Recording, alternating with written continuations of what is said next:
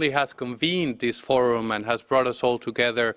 As a matter of fact, they have, as you are all very much aware, and there are copies there in the back, a report that I consider to be, in many instances, a baseline of how the United Nations development system is realigning to deliver on SDG 17 and, as a matter of fact, on all the other sustainable development goals, and how are we going to own the promise that we have made to the people of the world to bring together the private sector in delivering sustainable partnerships. And I don't want to claim that we have found the answer, but we can definitely say, sitting from the United Nations perspective, that at least the United Nations Environment Programme, but I think I speak for all the other organizations, we are stepping up our engagement with the private sector, and that goes well beyond just speaking the talk of partnerships. And we've been very much inspired to hear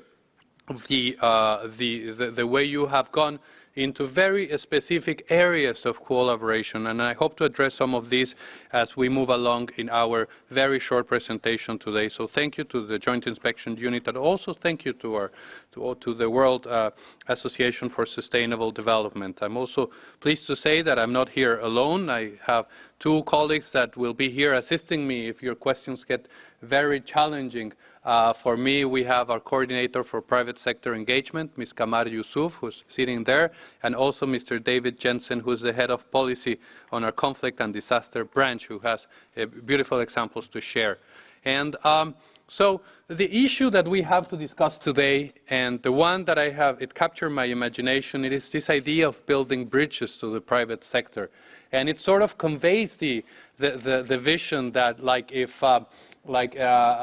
we had been working in silos, and like if after more than, I would say, 3 decades of policy making and 3 decades of emphasizing in the major conferences on sustainable development the important role of the private sector, we come again to ask ourselves the question on what type of bridges we need to build, and what was wrong with the bridges that we had built in the past.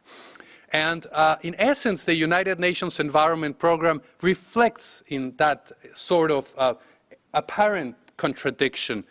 As many of my colleagues that have worked in the organization for which I have the privilege to serve like to remind me, it's the United Nations Environment Programme has worked with the private sector since 1972, since Stockholm, since it was established. We have been working for 40 years with the private sector. What is new? What is new then? What does the Sustainable Development Goals mean?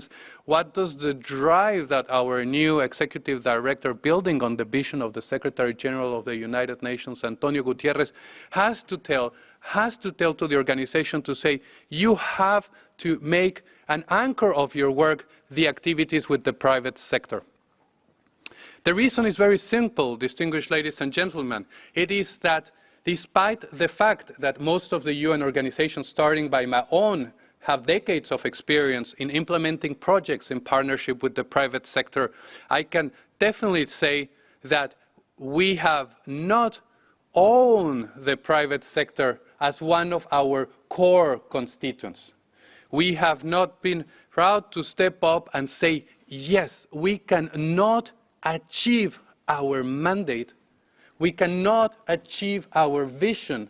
We cannot deliver on the express will of member states, on the goals that they have set, if we don't address 3 constituencies for which we have not given adequate importance.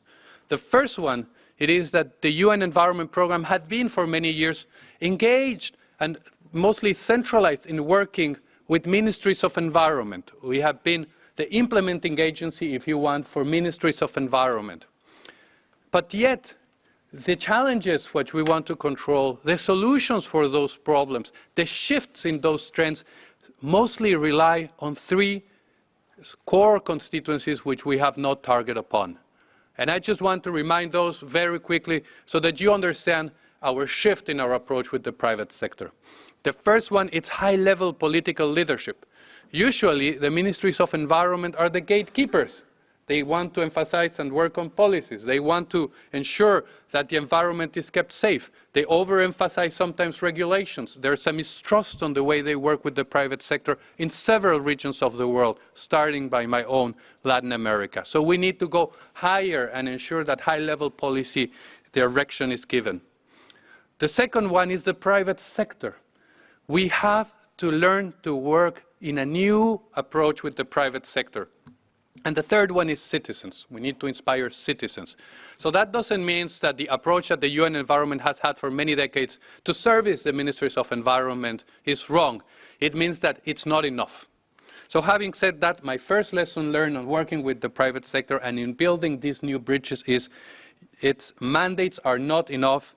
You need to want to do it. It needs to come as a corporate decision. It needs to come as part of the vision of the head of the organization to say, you have to move in that direction. The second lesson learned on how building bridges is different is that, at least speaking for my own organization, you need to change organizational cultures. Speaking on the environmental sphere, it is true to say that for many environmentalists who were part of the environmental movement and have now come to work in international organizations preserving the environment, sometimes there can be some biases to work with the private sector. Sometimes there can be also lack of knowledge on how we reach out to private sector companies. Sometimes there can be lack of tools on how we work with the private sector.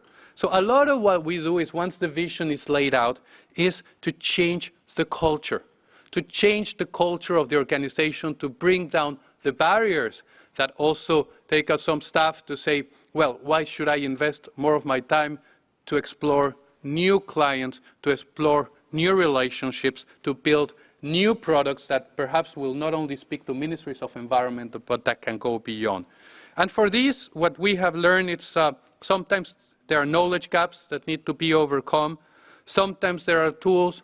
But most importantly, to change an organization culture, you have to empower people. You cannot do, as much as the vision from the top is important, the most exciting partnerships that we have managed to see in the last 2 years, when we have established a new policy for engagement with the private sector, and we have signed almost 28 partnerships we have signed in the last 2 years with companies. I will get there in a minute.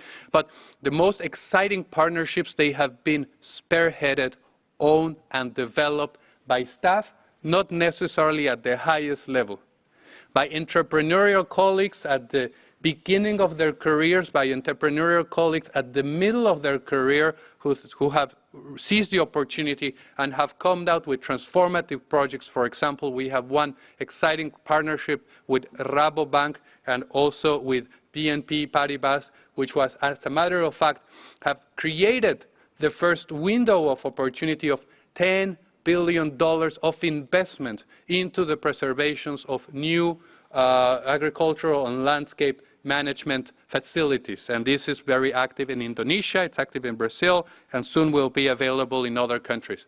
But this comes not as the effort of the head of the organization, but as the entrepreneurial spirit of a staff that was empowered and was encouraged to move forward. So second lesson, to change, or you need to change organizational cultures. It's not evident. You need to address biases, knowledge gaps, tools, and you need to decentralize and empower the people that want to work with the private sector. My last lesson learned on working with the private sector and in building these bridges, why it's different, is that we need to simplify procedures. And the United Nations, it's full of rules, it's full of regulations. So if you want to get a partnership with the private sector, sometimes, you know, it can be discouraging. When we were discussing with Google the development of an MOU that's going to help us, as a matter of fact, monitor one of the Sustainable Development Goals in water-related ecosystems.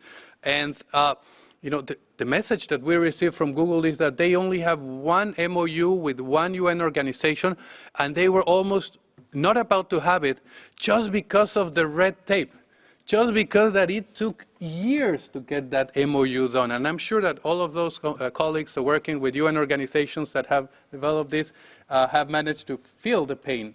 But then again, it comes out to the leadership, and it comes also to not only simplify procedures, but then being smart against the risks. A lot of the issues that we have, a lot of the challenges that we face when we developed an MOU are risks that are associated to that. And those tend to block the development of memorandums of understandings with private sector companies.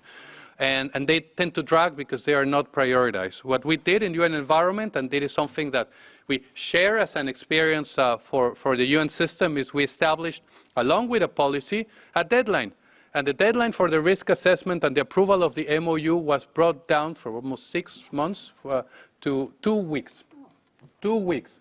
From the moment the paperwork is complete, and as long as we adhere to a simplified format of MOU, and the paperwork, it's very simple, it's yes.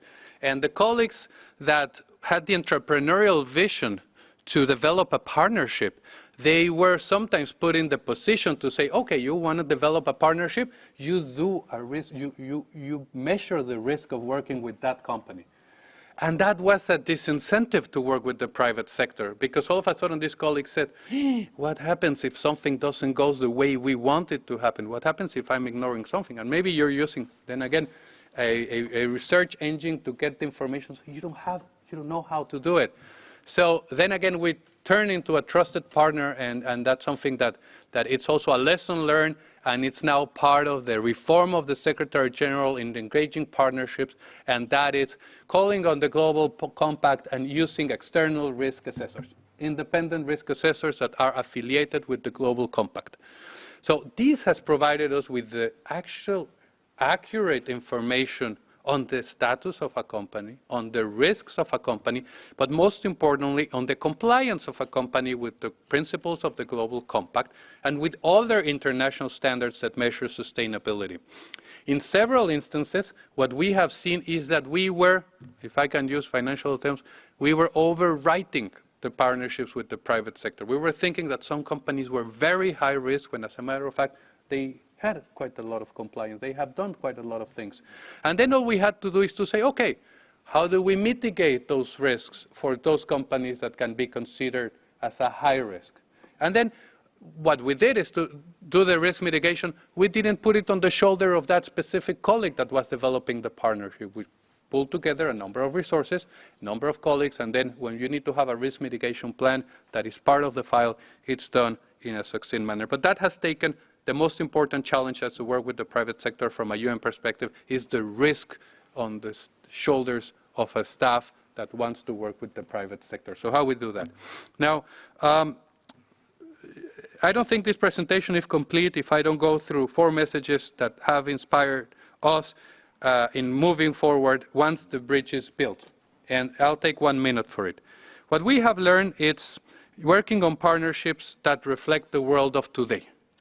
For UN organizations, it's very easy sometimes to keep and adhere to a single geographical area. That is not enough. The partnerships have to reflect the world of today, the balance, geographical balance, north and south. The second is whatever we do, we have to be transparent, and transparent to our primary shareholders, and those are the governments. So there's an additional investment that needs to be made in the accountability of our partnerships with the private sector, and I'm happy to come back to it. The 2 last, we need to learn as UN organizations to make those bridges solid, to be egoless leaders. Egoless leaders. That means that we need to learn to share credit. We cannot put our logo behind every solution, actually. We have to learn to put the partners up front, to put the companies up front, and use, I heard that, the convening power, the platform that we can do as the United Nations to ensure that these solutions are shown into the light and that companies get visibility but also accountability. And the last one, and here I'll stop, it's we need to learn to level the playing field. Working in the intergovernmental environment, we can say that to actively engage private sector, you need to go out of your way. You need to do a little bit more. Offering a speaking slot to a CEO at the end of a intergovernmental meeting, it's not enough. It's not enough. Sometimes companies now, many of the companies now, they want to be involved in the solution. They want to be involved in the dialogue that will lead to the adoption of outcomes, especially those that affect them, especially those that entail commitments with the private sector. And for that, you need to be smart. You need to work with the right platforms, but you really need to invest to provide that. And I call that leveling the playing field. It works. Some companies at the global level have a lot of experience working in international sphere.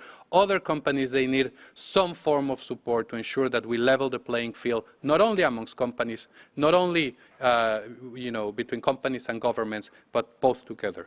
And with that, I thank you so much, and I hope this contributes to the discussion that we're going to have. Thank you, Chair. Many thanks, Jorge, for this fascinating presentation. I think, as you said, you need to put the private sector as one of the important constituencies of the UN, and you clearly showed the shift which has occurred, and you talked about culture on both sides, I would say, from the private sector and from the UN, and going out of your way to go to address the issues. Thank you very much for this. So we keep the question at the end, and we move to the next speaker, who is Dr. Elmer Lenzen, who is founder and CEO of the Macondo Publishing Company.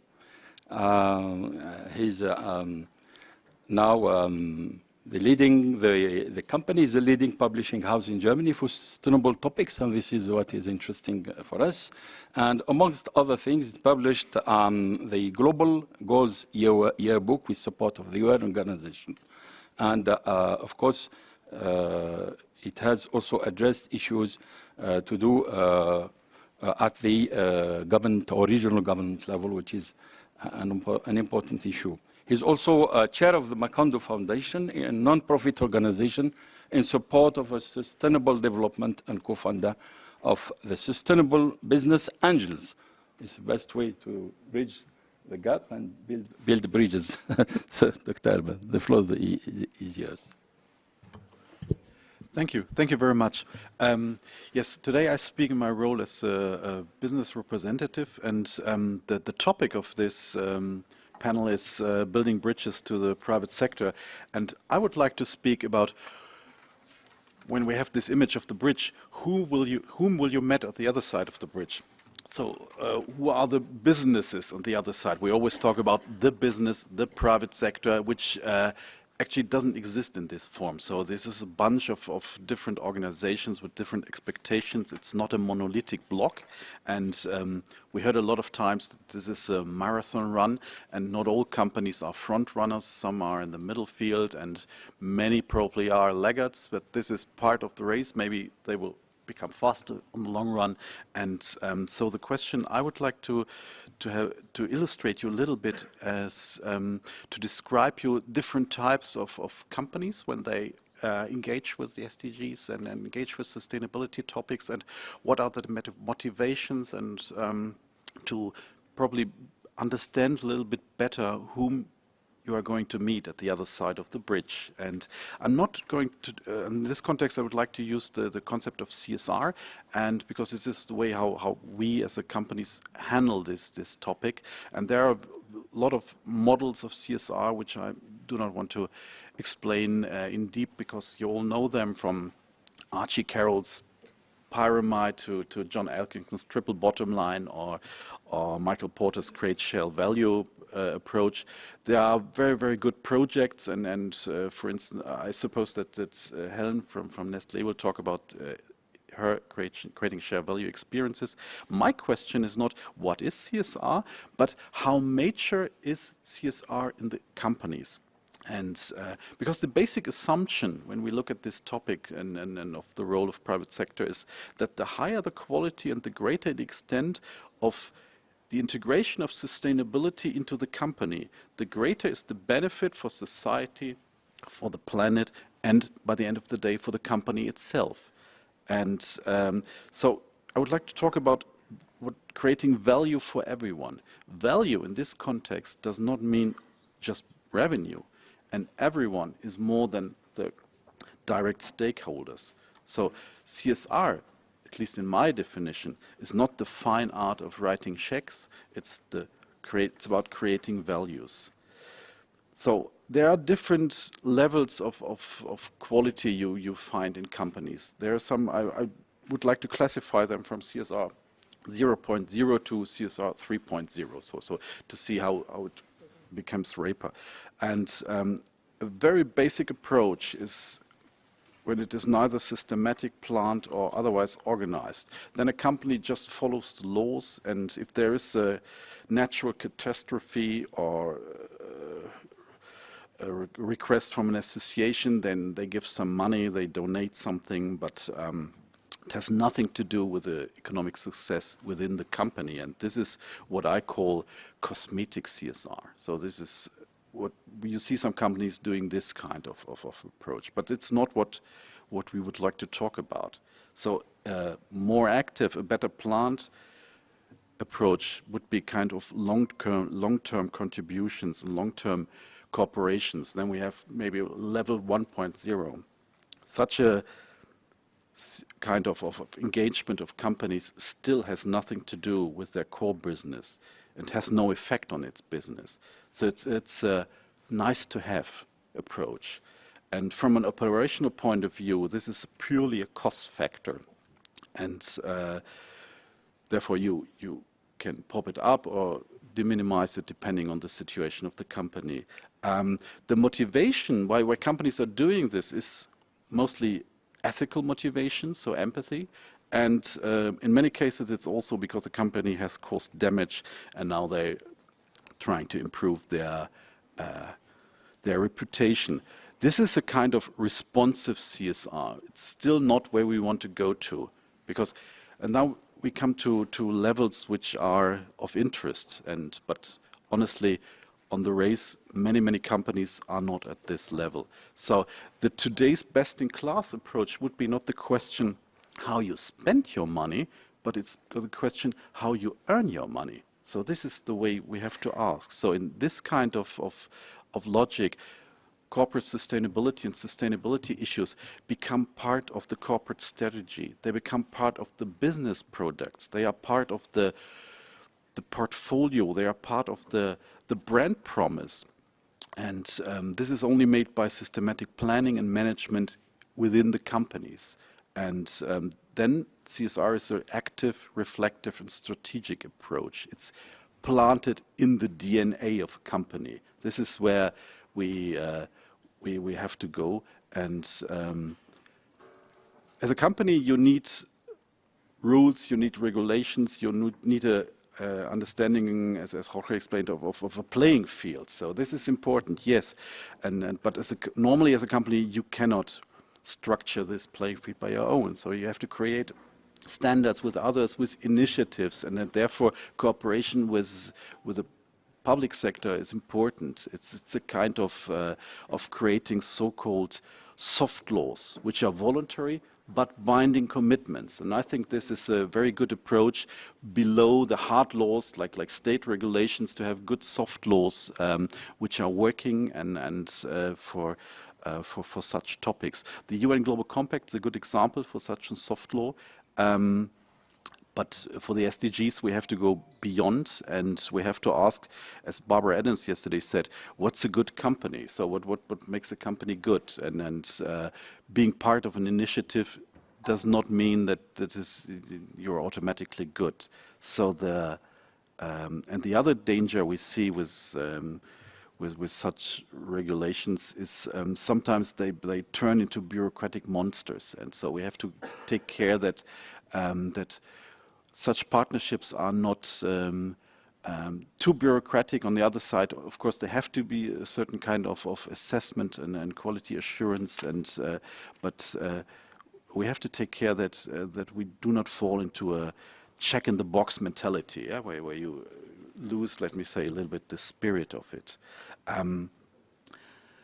When we look at the SDGs, this goes far beyond what business has done in the past. In the past, we worked as the Global Compact is also a classical do not harm approach. So there are 10, or I'd like to say almost commitments. Yeah, you have to follow, but that does not mean that you contribute automatically positively to the society. And working for the SDGs means the question of that goes beyond do not harm. It's a question about what you can contribute to society, what you can do, what is value creation in this meaning. And I would call this CSR 3.0.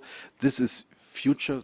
This is not what we have yet. This is what we have to invent. We have to all of us have to bring in their experiences and define it.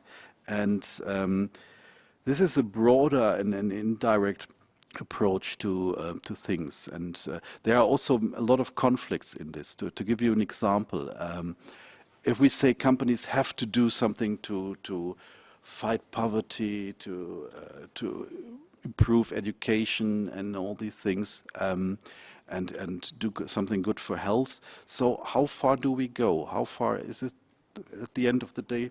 The privatization of the health sector, educational sector, is this? So there's a saying in Germany that who pays the band also decides the kind of music, and therefore such partnerships have to, I think, to check what everyone can include, and has to also accept that both sides stay what they are. And this is a challenge, and we have to discuss this in projects. And I think an assessment is important. I totally agree with what Simona said, that we need an analytic approach, and the 5 Ps could be a very good instrument to let me say, to structure the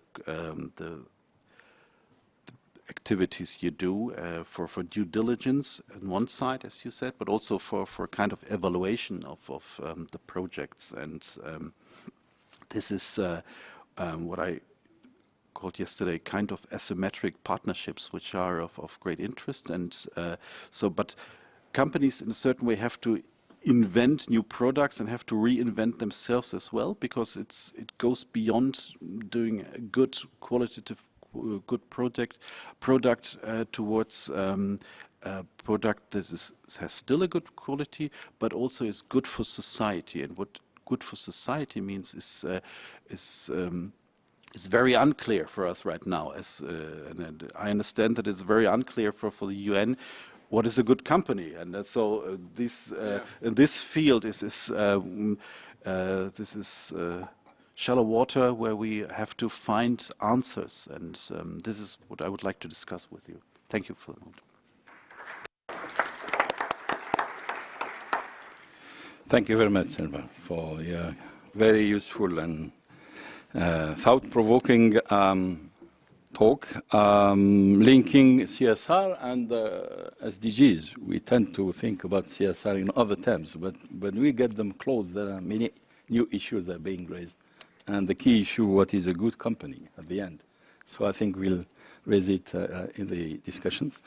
My next speaker is Helen Medina. Hi. Helen joined Nestlé in 2017 and was appointed as Senior Public Affairs Manager, Government and Multilateral Relations. But before, she was working at the US Council for International Business. And prior to that was Assistant Director for International Affairs at the International Dairy Foods. Correct. Welcome, Helen. The floor is yours. Thank you.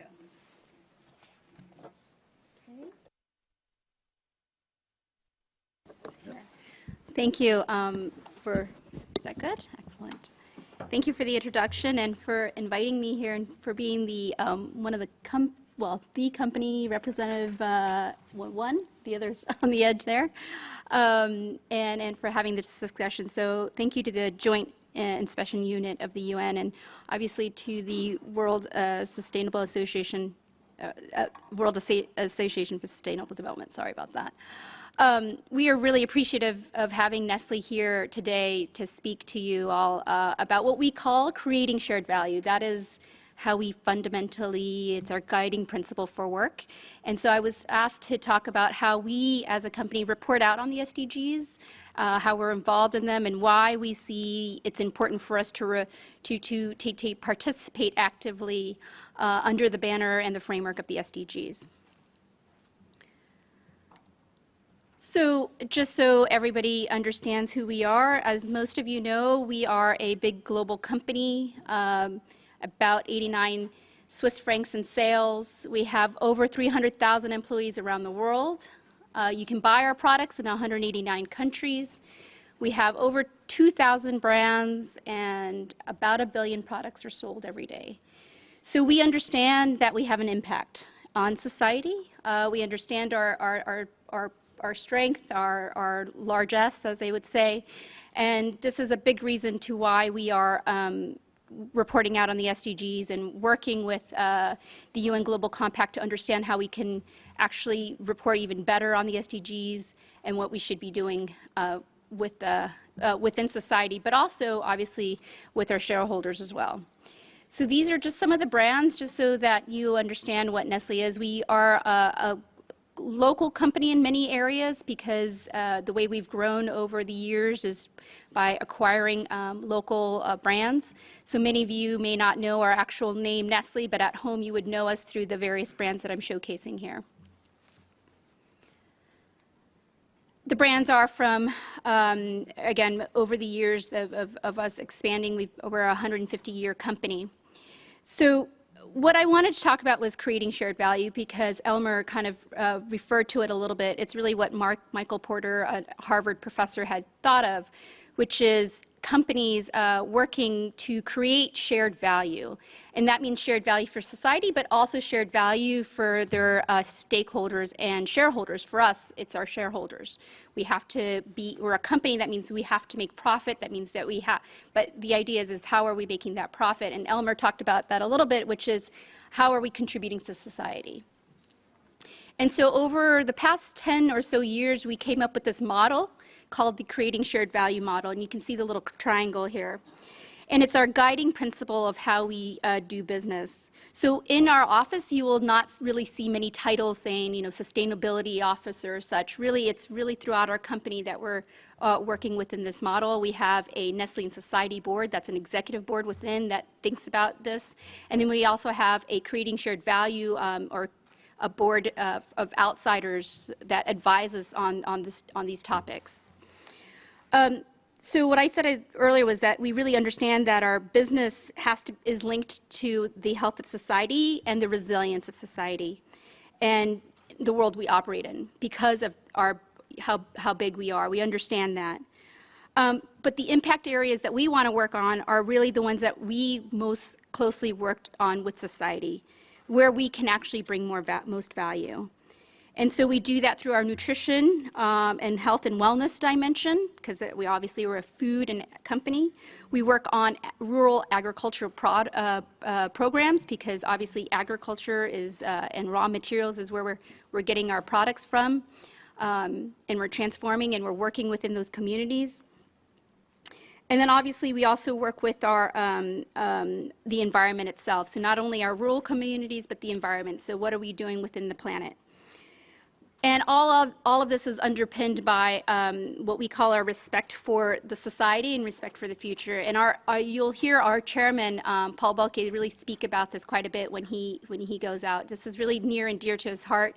This is something that he brought into as a company. He's been working with Nestle for 30-some years. He was our CEO for several of them, and now he's our chairman. So he really is really attached to this model, and you'll see it in our reporting structures as well, as we, if you ever look at our annual report, for instance. So what do we talk about when we say creating shared value? So what does that mean in practice?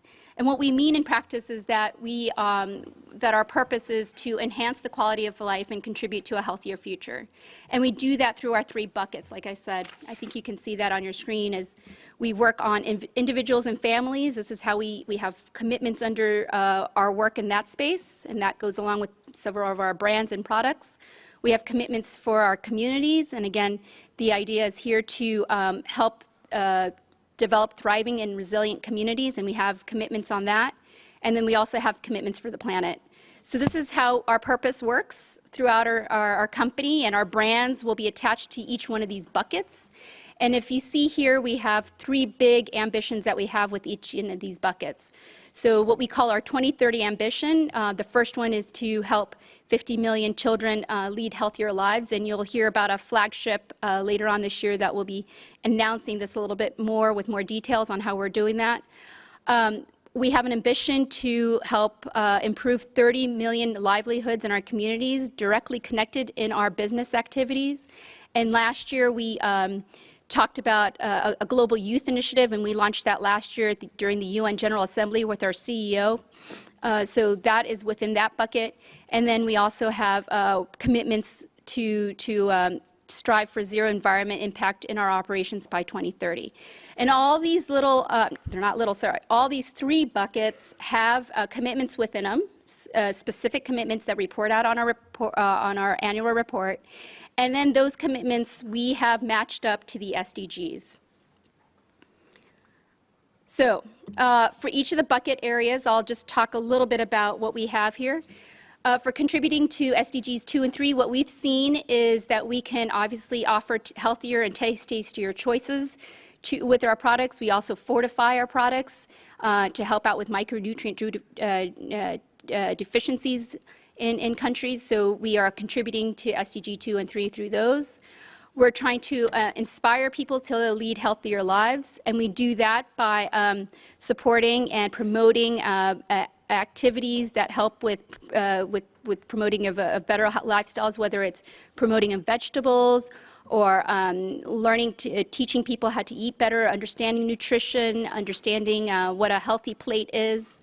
One of the things that we're doing is really promoting vegetables with children and parents. We have cooking tools that we share through our different Maggie brands, including Maggie. Maybe some of you know that. But these are some of the elements that we do through our brands. And then we also are sharing our knowledge that we have. We have a huge research center. Many of you know that Nestle is one of the kind of biggest investors in research and knowledge, particularly around nutrition. So we have that knowledge. We use that to make our products better. We are decreasing salt and sugar in our products. So we all find that this is a good way for us to contribute to SDG 2 and 3. Let me just move on. One of the things we did, I expressed that we have a global youth initiative, and this is really contributing to what we see as several of the SDGs. You can see the little wheel here, and that's really looking at making sure that we're promoting agripreneurship, particularly within our rural communities. We want to make sure that we have healthy farmers, young farmers, that the community around the rural areas really are thriving. So we're working with that. We're also working with entrepreneurships. Our entrepreneurs, and we have a nice relationship with Ashoka to kind of look for young entrepreneurs to help. And we're also doing a lot of stuff within our own employees to make sure that they grow, and they also kind of create incentives for other younger people to work within our company. So this is where we think that the youth are the future, and we really are trying to do a lot more work around the future to make sure that they're ready for the new opportunities and challenges that are ahead. So again, this is one of our flagships that we launched last year, and we're working throughout our full value chain on this. We had started the initiative in Europe, and now it's gone over to Latin America, and we're really working in Africa and Asia in this space. And then finally, I'll just want to say a couple things about water. We have, and that is how it's contributing to SDG 6 in our work. We have a partnership with the International Federation of Red Cross and Red Crescent, and that's really looking at our WASH in our areas of Nigeria, Cote d'Ivoire and Ghana, and we're working in Ethiopia with them.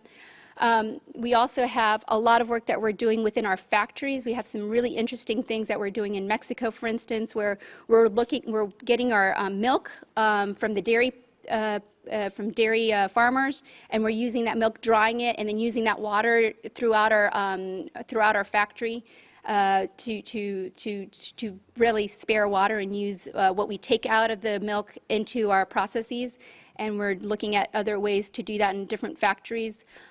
We have a project in Vietnam, for instance, with the Swiss Development Corporation, with our coffee plantation, to make sure that the farmers are working better with their water and are being more resourceful. And so we're really thinking about water. Obviously, it's one of the most important, if not the most important resources that we have. And we're doing a lot of work around those areas too. So those are just a few things that I just wanted to kind of quickly mention about how we're working with the SDGs and how we have some partnerships along the way, but happy to have anybody ask questions for more details. Thank you. Thanks, Helen, for this very interesting talk and how you relate Nestlé's corporation to SDGs. That's very clear. Particularly when you're talking about the creating shared values and creating values to society. Earlier, Jorge talked about new bridges to the private sector. I would say you are presenting a new bridges to society as a whole. You could say that. Anyway, that raises a lot of interesting issues. We leave that to the discussions. My next speaker is Antonio Hautle. He's Executive Director of Global Compact Network Switzerland. He was earlier Director of FASTNOF. Swiss Catholic Lenten Fund. Okay, thank you for helping me. From 2001 and 2013, and the Director of Social Department of the State of Lucerne afterwards. Please, Antonio, take the floor. Thank you. Do you have the slides? Okay. Coming back to Simona's question at the very beginning, where can public sector contribute, private sector contribute to the resolution of the SDGs? I would rather ask the question, why the hell should the private sector get involved in it? The business of business is making business and increase its profits. That's what wolves normally do. I'm a little bit polemic about it. No, the answer is quite simple. I think at least a large part of the big companies have understood that there is only one successful business, and this is sustainable business. And when we are speaking about sustainability, we always refer to the triple bottom line: economic. You have to be economically sustainable, ecological, and social. And that's why I'm really convinced that the Global Compact is one instrument. It's not a very strong one, but it's the strongest one we have in the global framework to help companies to become more responsible, first, based on principles, and secondly, to contribute to the resolution of the global issues in society and environment. Most of you may know the Global Compact. I won't go into the details. Companies who are coming to us, they have to respect the 4 pillars, though the 10... Can you give me the... Oh, sorry. I jump over the second slide because we don't have enough time. You can have a look afterwards, but we have the 10 principles based on the human rights agenda, then the labor standards, the environment, now it's the Paris agenda, and the anti-corruption principles. I mean, you don't have to go into the details. This is basic. So a company who is joining the Young Global Compact does just its business in an honest, decent, honorable way. That is the purpose. Then it's clear we as local network try to involve them more and more in societal responsibilities. And that's why when the SDGs was proclaimed in 2015, late December, don't remember, it was quite fascinating to see the first publication coming out. It was not done by my former colleagues from the civil society, but from Credit Suisse, a Swiss bank. So it seems that some companies understood that they have to act. what we propose to them is not just to go on CSR or philanthropy, as it is oftentimes understood, especially in Asia and Eastern Europe, as far as I realize.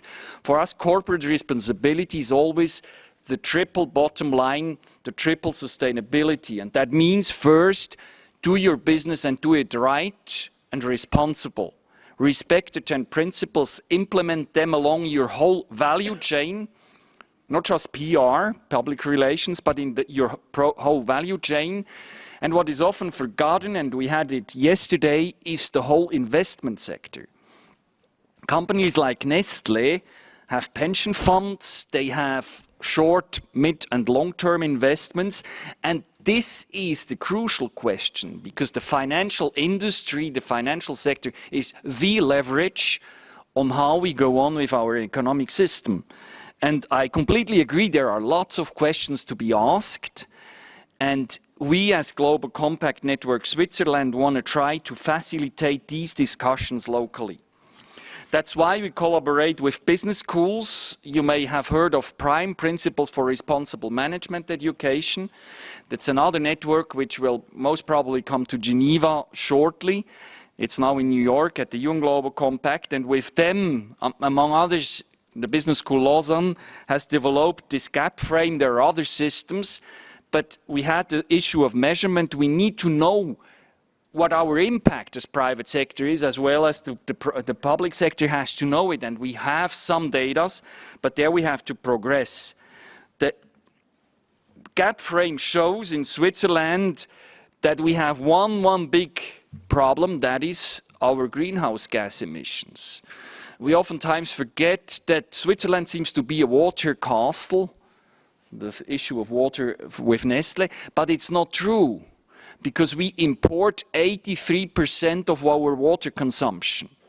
And it makes a difference where we produce our vegetables in Spain, cashew nuts from Iran, and I don't know what, our clothes, our cars consume hundreds of thousands of liters of water, and it's important how they're produced. That's why companies like Nestle have, and they do it, they're a good example how to do it, they have to look how they do their water management within their supply and distribution chain.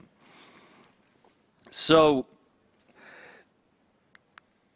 we have a problem with the sustainable production, but even more, and that is also often forgotten, with our consumption. We are not sustainable at all in Switzerland, and the US is even much worse. In Switzerland, we need 2.8 planets if we go on to live like that on a global level. It's not working. So it needs a shift in perception also in the mindset of our consumers. And that's what we are working also on it, and that's why we're starting to work with schools, with high schools, with universities, and I just mentioned that together with Burning to Learn. Alan, you may know him. We tried to find some promoters here in Switzerland who would give 17 hours a year to go and work with local schools and to sensibilize also our people. We had it yesterday. What's her name? She told us to be happy. I mean, that was a very strong message. It's about the future of our kids and grandchildren, what we are doing here, and that's why business has to be responsible. I have 2 other minutes, I think, to make it short. I mean, why should private sector engage into SDGs? Who is creating value in an economic way? It's business. It always was that. Our salaries come from there. We have to be part of the solution, but we need business cases. Philanthropy is definitely not enough. But the SDGs are a plate of opportunities for innovation and new business models. And if you go to the Impact Hub Geneva or Zurich, you will see it. There are lots of startups creating new business models out of the SDG analysis, which is very helpful. But we as private sector need to listen to the public sector. We need, but also to listen to the grassroots. Nestlé had to learn that in a very painful way. I was in this process for 7 years. We were attacking them, but in between they really do assessments and stakeholder consultations, etc. So, and we are asking from our members to enter into open dialogue in sharing and learning for best practices. I don't have the time. If you go to our home page, you will find a lot of materials. We want companies to be responsible, find opportunities, and inspire and advocate where they can. We have the Navigator, which is developed with B-Lab, where we will get ratings out of it. We have the SDG Compass developed with the World WBSCD in Geneva. We have the SDG Industry Matrices, the Women Empowerment Principles, Gender Gap Analysis Tools, and. I can't enumerate all of these. So we try to deliver to the companies the instruments they need to do their business decently. That is the purpose. For that, we have also action platforms on an international and national level. Nestlé is involved in several of them because we are convinced we have to enter into dialogue on a global and local level. Yeah, it's much too material. So you see, we are on a journey as a global network with some 10,000 companies. It's still much too small. We have to grow much more and much faster. And especially we have to touch the SMEs, and that is the biggest challenge. I spend at least 50% of my working time to contact and work with SMEs because they do not yet realize what it is really about because they are so overwhelmed by their daily business, but they need our support. So in short, we are convinced there is only a possibility if we are looking for joint solutions. That's why we here in Switzerland as local network are organizing sharing and learnings. Closed door, open door, sharing and learnings on dilemma situations. And sometimes some companies get a phone call from my side or from our staff from New York asking, folks, what is happening? If we get bad news, we go and contact our companies. I did that when you had the case with the noodle soup. We have other cases I don't mention here. We try to be critical and constructive at the same time, but close door to keep the confidence with the companies. So we see ourselves as sparring partner with the companies, and more we are now linking it through the network with the public sector. We have a privileged public-private partnership with the Swiss government, where we try to organize dialogues and exchanges, and the next one will be the 14th of June. You're all cordially invited here in this building. We will launch our Tour de Suisse on corporate responsibility and the sustainable development goals with the focus on small and medium-sized companies, schools, business schools, private and public organizations to bring out this message of the SDGs and the business agenda to the Swiss public also. I stop here.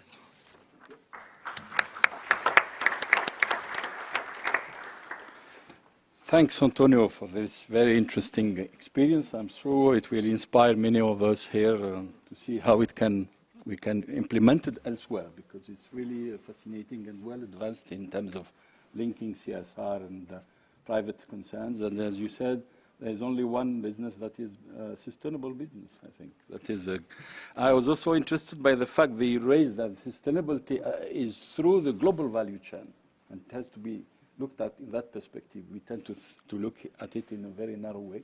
So that's an important point, and also the shift in perception. That is, I think, the key issue with this relation private-public. Thank you. My next speaker is Andrew Brown, and Andrew is from New Zealand. He's working at the New Zealand's Permanent Mission to the United Nations, and previously he had experience Special Committee on Peacekeeping Operations. He also played a leading role in relationship with the Boston Consulting Group and founded and led the growth of its European operations. Andrew, the floor is yours. Thank you very much, Professor Djeflat. One very quick caveat before I start is that I no longer work at the New Zealand Permanent Mission in New York. That was a year or two ago now, and I now work for a San Francisco-based startup called Quid, where you quite rightly say that I lead our European presence. So who we are as Quid, actually before I jump in, I do want to say a very quick thank you to the conference support team for enabling me to present live on the screen here today. I know it was a little bit of a technical challenge, but I very much appreciate your help getting there. So Quid is a big data analytics platform. So we use a technology called natural language processing, which is where a machine reads like a human would. We also use artificial intelligence in order to read, understand, and organize text-based information. So as thank you very much. That's all right. As I mentioned, we are headquartered out in San Francisco with offices in New York and London. I founded our London office a year and a half ago now, and the company as a whole was founded back in 2010. So to date, we have raised over $70 million worth of venture capital funding from the likes of Atomico, Artis Ventures, and Peter Thiel's Founders Fund. Peter Thiel, for those who don't know, founded PayPal. And we serve over 200 clients from all across the public and private sector. So as our distinguished chair rightly mentioned, I led our relationship with the Boston Consulting Group for a number of years. We also work with the World Economic Forum here in Switzerland, Walmart, Pfizer, various UK, US, New Zealand government departments, and Condé Nast Publishing as well. So in terms of how to think about Quid, I'm sure a lot of you are looking up at the screen right now with this big colourful network map and wondering, what it is. Quid is an augmented intelligence platform. So we take the things that machines are best at and the things that humans are best at, and we combine those in order to enable better strategic decision making for organizations. So what are machines good at? They're very good at doing the heavy lifting of reading hundreds of thousands of pieces of text-based data, comparing each one to every other one for similarity of language, and organizing the information into categories. And that's where the human takes over and applies a layer of intuition and augments the machine's intelligence by interpreting the results and understanding the results and ultimately making strategic recommendations or decisions on the basis of what we've looked at. So in terms of why we've gone to all this trouble to build Quid over the last 8 years or so, approximately 80% of the world's data is text-based, and it's very hard to derive meaningful insight from all of that information, and it's extremely important, and particularly for, I think, for the Sustainable Development Goals. And in terms of what I'm going to show you today, I've gone ahead and done some analysis on the SDGs through a few different lenses using Quid. So the first lens that we're going to look at today is a media analysis of partnership announcements, press releases, and discussion about the fifth goal of SDGs on gender diversity. Secondly, we're going to look at a market landscape and look at companies that have been founded in the last 10 years that are related to the SDGs. And we're going to look at some of the investment trends within that space. My colleague from UN Global Compact here in Switzerland rightly mentioned that understanding where investment goes is a really important part, I think, of making the SDGs successful. And then finally, we're going to look at what we call an explicit network, which draws on the UN's own partnerships database, which should be now showing on the screen. And these are publicly stated and shown partnerships between various actors in the space from both public and private sector. And we're going to be able to analyze, where the public and private sector are, what spaces are they playing in, which SDGs are they particularly focused on through that analysis. So, without further ado, I will jump into the media analysis on gender diversity. So, in order to create this network map, we searched through over 1 billion articles about partnerships for gender equality in the last 3 years. Each of the nodes or dots that you can see on the screen here represents one news article. So if I zoom in here on this cluster around he for she, I can see an article about Emma Watson to host a London event for gender equality. I can then select some neighbours to see some other articles that are linguistically connected to this one, so that are really similar in terms of the language they use and the content contained within them. And then ultimately, Quid organises these into topics, which are what we refer to as clusters.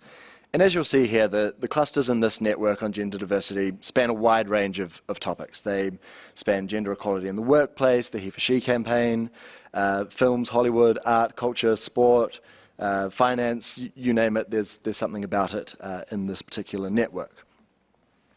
So let's deep dive on a particular topic. And one that stood out to me was the He for She campaign, because we ran this analysis about a week ago now, I believe. And I was really surprised to see that it's, many years on from the launch of this campaign, it's still made up over 4% of the total conversation. So if we look at the He for She campaign through a timeline view, we can see that, year on year, the amount of conversation around this particular campaign has declined. And while that looks like a negative picture, it's actually fascinating and really interesting to see how impactful this campaign has been. That in 2018, Linklaters, who is a large Magic Circle law firm in London, are launching a He for She initiative and a partnership progressing towards gender equality. So this is an example of a campaign for one of the SDGs that has had a really lasting impact over time. As Quid reads all of these articles, it also understands sentiment. So it understands if what we're looking at is positive or negative or neutral. And notwithstanding a very small amount of negativity around Emma Watson, quite frankly, being disgracefully threatened for speaking out on gender equality, this is a really positive conversation, and there's a lot of interest in it. The other thing that we've done in terms of the media space is we've looked at a timeline for the announcement, or kind of press releases of specific partnerships. And what really stood out to me about this timeline is that every March, when International Women's Day is, there is a massive spike in the announcement of partnerships. But then, unfortunately, throughout the rest of the 11 months of the year, we see quite a lot less conversation on this particular issue, which suggests to me that there's actually an issue with how we're communicating these partnerships. These partnerships are all being formed, and we can see these massive spikes every March. But in terms of the follow-on and the follow-up and the kind of getting the message out about what these partnerships are actually achieving, the progress they're making towards their goals, unfortunately, we're not seeing that represented as the year goes on. The other interesting thing to note about this particular chart is that this year, in March 2018, there has been a really significant jump up in terms of the volume of conversation about this particular goal, which my hypothesis would be is related to the Me Too movement, but would need a little bit further investigation there. The last thing I want to show on the media side of things is social engagement, because our partnerships for progressing the SDGs are only as good as the impact they have on society. And unfortunately, we have a slightly sad picture to paint here, where social engagement with this particular issue has been really decreasing year on year for the past 3 years to quite a low level. So the media landscape around this one particular SDG doesn't paint the prettiest picture, unfortunately. But let's turn now to the market analysis and understand what kind of companies are being founded related to SDGs, and also what kind of investment trends we can see. So now we can see, instead of each node representing one particular news article, each node represents one company that has some relevance to one of the 17 Sustainable Development Goals. So we have some really high-level themes here. These are all categorized by the software, so it's not forced into the SDG buckets. And if I kind of dive a level deeper in terms of granularity, we'll see that naturally Quid actually clustered most of these companies, and these clusters can be thought of as subsectors of the market for the Sustainable Development Goals. Most of them have actually clustered around particular goals. We can see things like good health and well-being, food security, equality, peace and justice. We can also see some new technologies emerging, so things like machine learning and artificial intelligence, and crowdfunding and financing. So if we deep dive in here, we can pick a particular company. Let's say Citizen Energy here, and over on the right-hand side I can look at the business description of this company and understand that Citizen Energy has been made possible through EU funding and is the first platform to encourage cross-border investment in sustainable energy projects. So Quid can provide a really good macro-level view of a landscape, but also really quite granular detail about companies that we could potentially be partnering with as public sector or vice versa, in order to further specific goals that are within our objectives. To turn now to the amount of investment received in the space. It really clearly builds up to the adoption of the goals in 2015. You can see that massive spike there in terms of the amount of private investment in these types of companies, and then declines sharply thereafter. But these initial investments, there are some really large investments like this $1.3 billion investment in a Turkish energy company that's slightly skewing our analysis here, I would say. So what we can do instead is we can look at the number of investments as opposed to the dollar value of these investments. And by doing that, we can see that curve flattens off a little bit. The downward kind of slump, I guess, after 2015 is not quite as dramatic as it first seemed.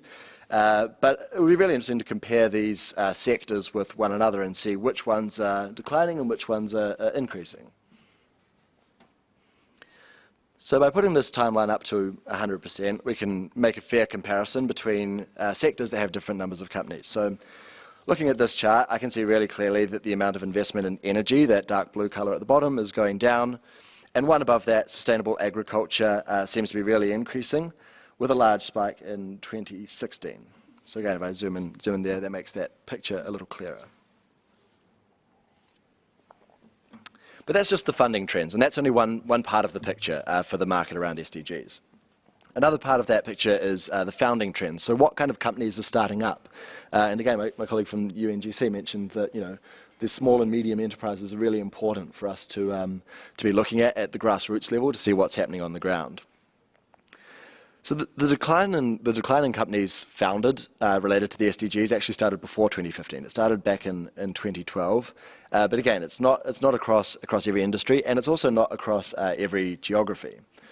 So if I look at the regional distribution of these companies, and we've categorized these according to the UN groups broadly, including the United States and WEOG for these purposes. The number of companies that have been founded through WEOG has actually decreased over the past 10 years, whereas Asia Pacific, particularly in the last 2 years, has increased to 22% and 25% of the amount of companies being founded respectively. So we are seeing some changing regional dynamics through this analysis as well. And again, this can be broken down even further. So if we want to see the types of companies that are starting up in all of these geographies, we can see that WEOG has a really broad distribution of these categories, whereas Africa has a really strong footprint in sustainable communities and in companies related to equality, peace, and justice. I think I'm getting closer towards time, so I'll jump to our final analysis. 1 minute? 1 to 2 minutes.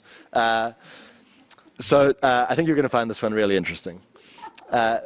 So this is an explicit network from the UN's database on partnerships for the SDGs.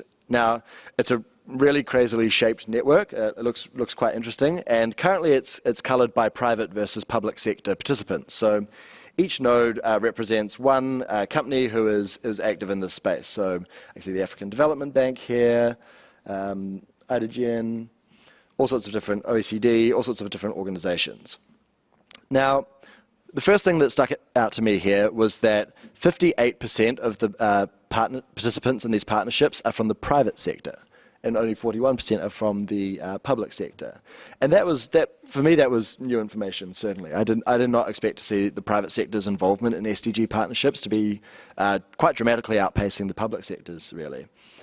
We can use a network metric that we call betweenness centrality to identify who are the most influential actors within this space. So the colouring on the screen now, the kind of pink and purple nodes represent organizations who have a significant number of partnerships. So if we zoom right in here, we can see that UNDP is one of the most significant, and I can select all of the different organizations that they have partnerships with and are related to. We also see that UNICEF and UNEP are also really significant groups. And if we highlight UNEP's partnerships in particular, we'll see that over here on the right-hand side, this interrelates a lot with the small island developing states. And that makes a lot of intuitive sense as well, given the work of UNEP and the unfortunate kind of vulnerability that SIDS have to environmental factors and to climate change. And then also we can break this down by the goal that these partnerships are related to. So here we go. So the kind of the ones where the blue line sticks out a little more are the ones where private sector has the greatest footprint. So the goals that the private sector are particularly involved with are Goal 16, Peace, Justice and Institutions, Goal 12, Responsible Consumption and Production, and Goal 10, Reduced Inequality. And this intuitively made sense to me as well, because these are things that really affect the private sector's ability to effectively operate businesses, particularly in kind of developing regions. In terms of the public sector, the goals that they are the most focused on seem to be Goal 14 and 7, so life below water and I believe clean energy, life on land and clean energy. But the staggering thing here is that even the ones where the public sector is the most engaged, they're still outpaced by private sector involvement. So take Goal 7, for example, on energy, private sector still has 53% of the actors within those partnerships. And then the final thing I will say, I'm aware that I'm over time here, is on the kind of interrelation between goals, because I did see a particularly interesting piece the other day, I believe, and please correct me if this is wrong, that it was the Prime Minister of Sweden saying that these goals cannot exist in a vacuum and they are all interrelated. And we cannot just address Goal 14 and not Goal 13 and so on and so forth. And what we've done on this chart here, if this drop-down menu will move out of my way, it potentially is not going to cooperate, there we go, is instances where there is just one large block color, a particular, this is going all over the place, or a particular goal that is explicitly and exclusively mentioned. So where there are partnerships that only mention Goal 14, we see that really large blue bar. So 73% of the partnerships that touch on Goal 14, life below water, only focus on life below water and don't interrelate with any of the other goals. Whereas for most of the other partnerships, we're seeing that there is a lot of interplay between these different sustainable development goals. So to wrap up here, why are these analyses important? Understanding the ocean of text data that is available on all of these subjects is really important for showing us where we're strong and where we're weak and where we need to refocus our efforts.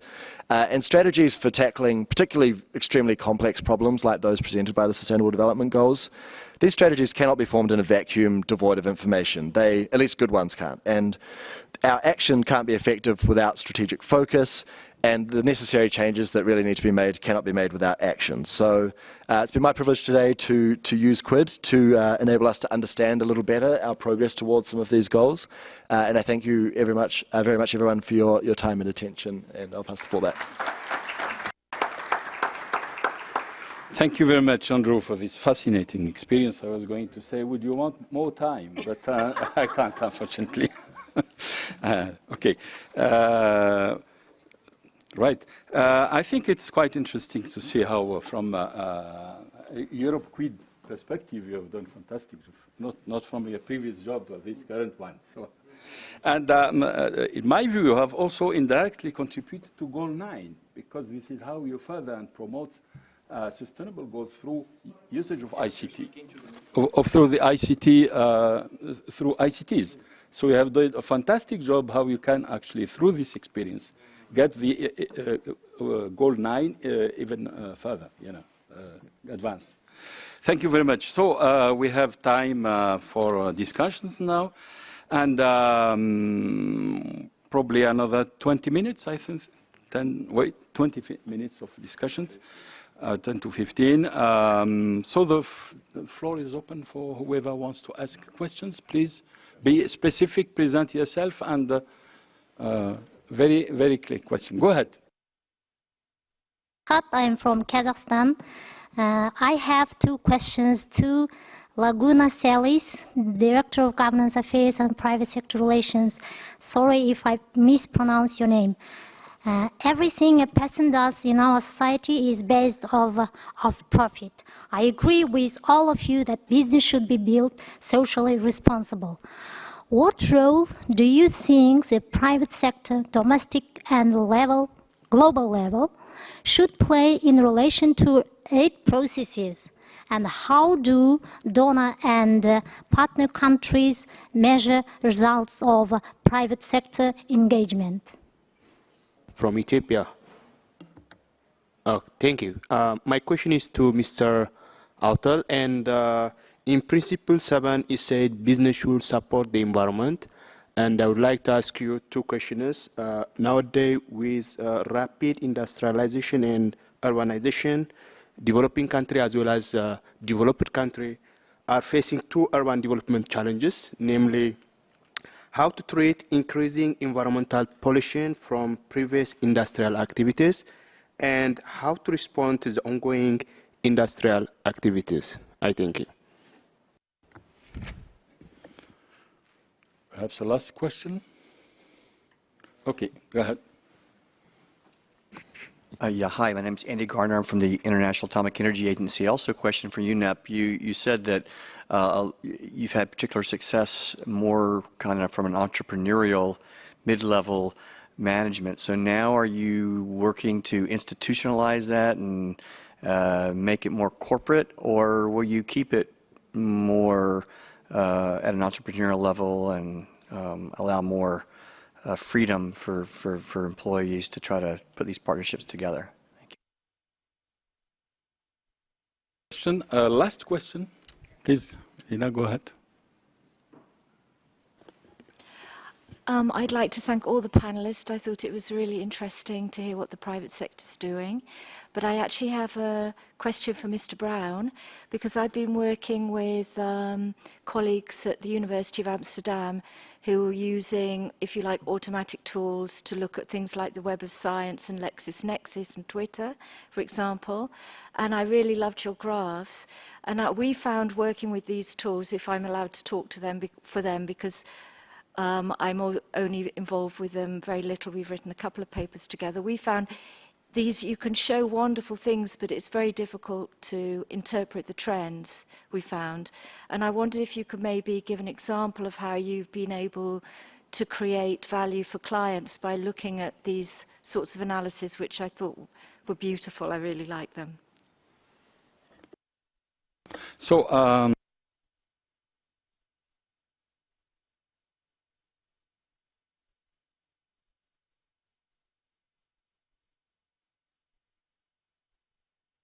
Sure. Thank you. Thank you very much, Professor. And I may have to call upon Andrew to help me in, well, the first question on Kazakhstan. Well, thank you very much for your point and your question on how to support aid process and how the companies can get engaged on the aid agenda. Perhaps the person, two sides best positioned to answer you on getting involved in the aid processes, it's actually sitting here, it's Madam Barbara back in the room. But what we are doing in UN Environment, it's the second part. How do we measure engagement of private sector companies? One of the SDGs targets that Andrew may help me to get the exact target, it's the one that measures the companies that report on corporate social responsibility.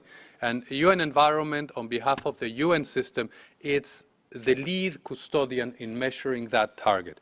And we do it, as a matter of fact, in partnership with one of the offsprings of UNEP, that it's called, I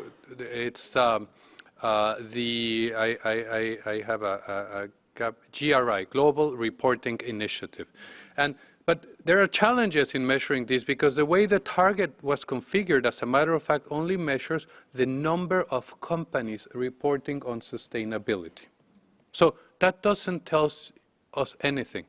And what we are working is in scaling that up to be able to understand better which companies in which sectors are reporting on sustainability.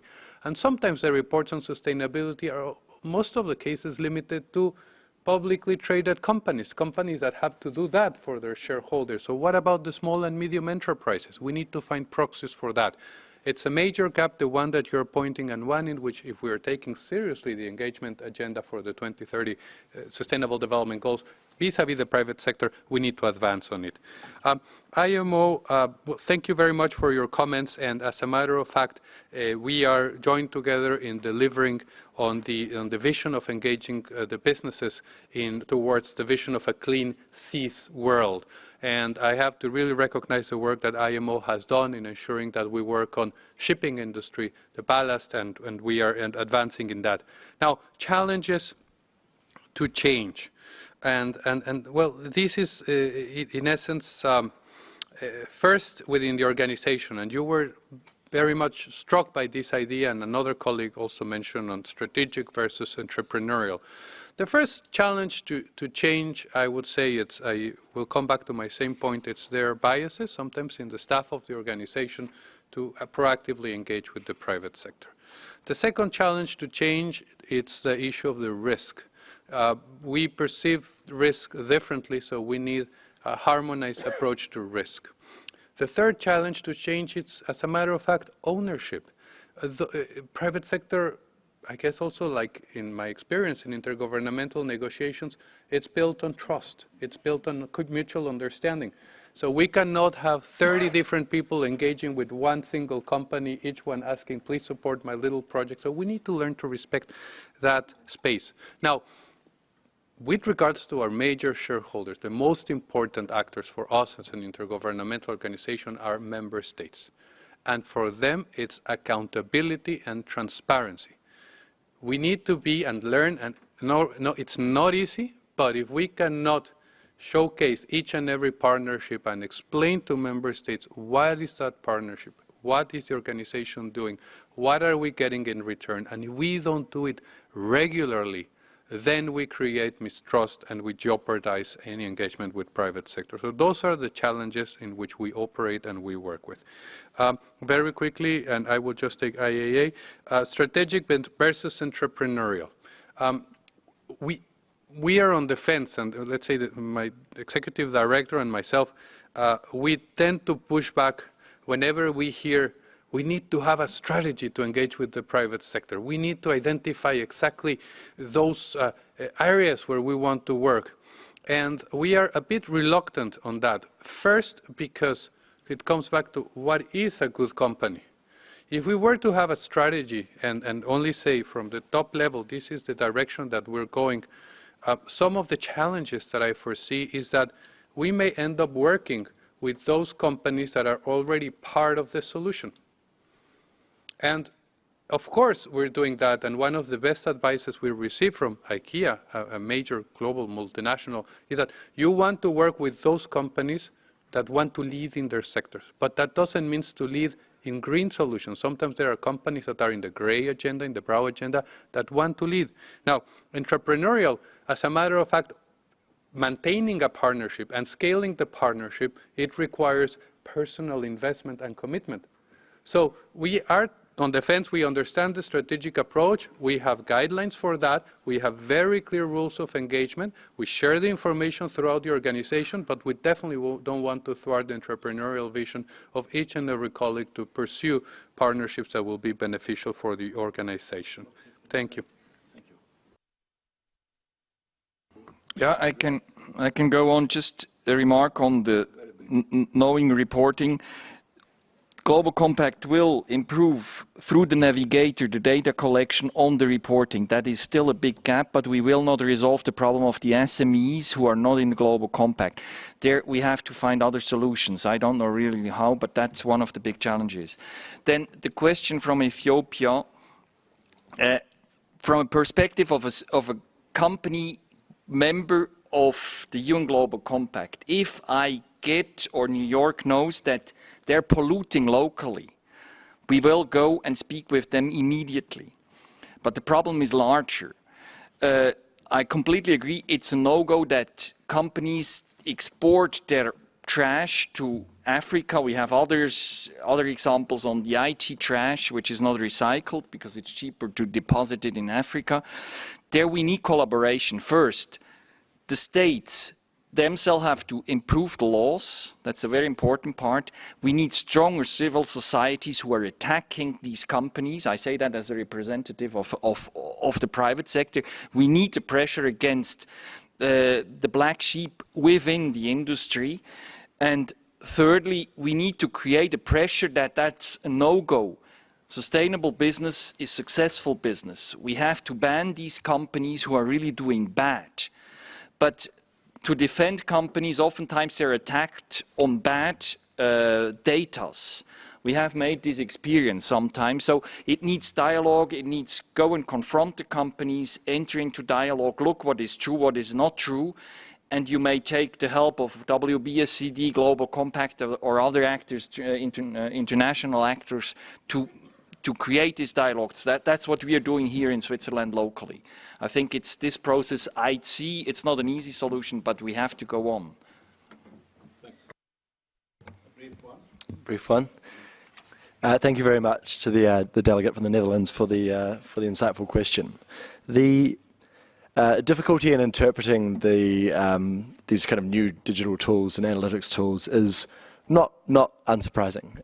I mean, speaking for myself with Quid is an entirely new way of looking at data, and naturally there are some teething issues with people figuring out how to interact with that information. But as you rightly note, Quid is a very visual tool, and that's quite intentional. That's because of the fact that humans are visual creatures, and since we came out of the cave, we've understood things through pictures and words, and that's the kind of foundation of our product. But your specific question was on an example for how we've created specific value for a client.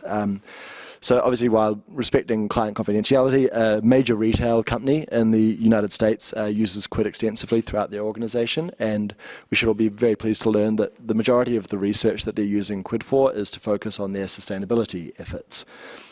So during a piece of research on sustainability, there was a cluster in the news media database. There was a cluster of articles right to the periphery, kind of not related to the core of the conversation around sustainability that caught the analyst's eye. And it was on a topic called ugly food, which many of us will be aware of now, but this is a few years ago now, and so this was not on anybody's radar. So the analyst at this particular retail company dove into that cluster and understood, okay, ugly food is when food is, doesn't look so pretty, but is still really good to eat and is actually representing a major opportunity for selling a product that is still good to sell in a way that is also really good for the environment and for sustainability. So this company took that weak signal that they identified on the edge of a Quid network, did some deeper analysis on the topic, and ended up launching a product line of ugly food and an entire campaign around it to kind of help the sustainability efforts of that particular food. So.